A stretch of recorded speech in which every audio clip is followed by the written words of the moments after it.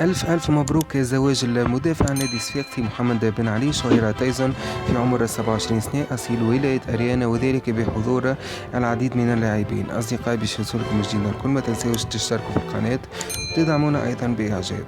نشاهد.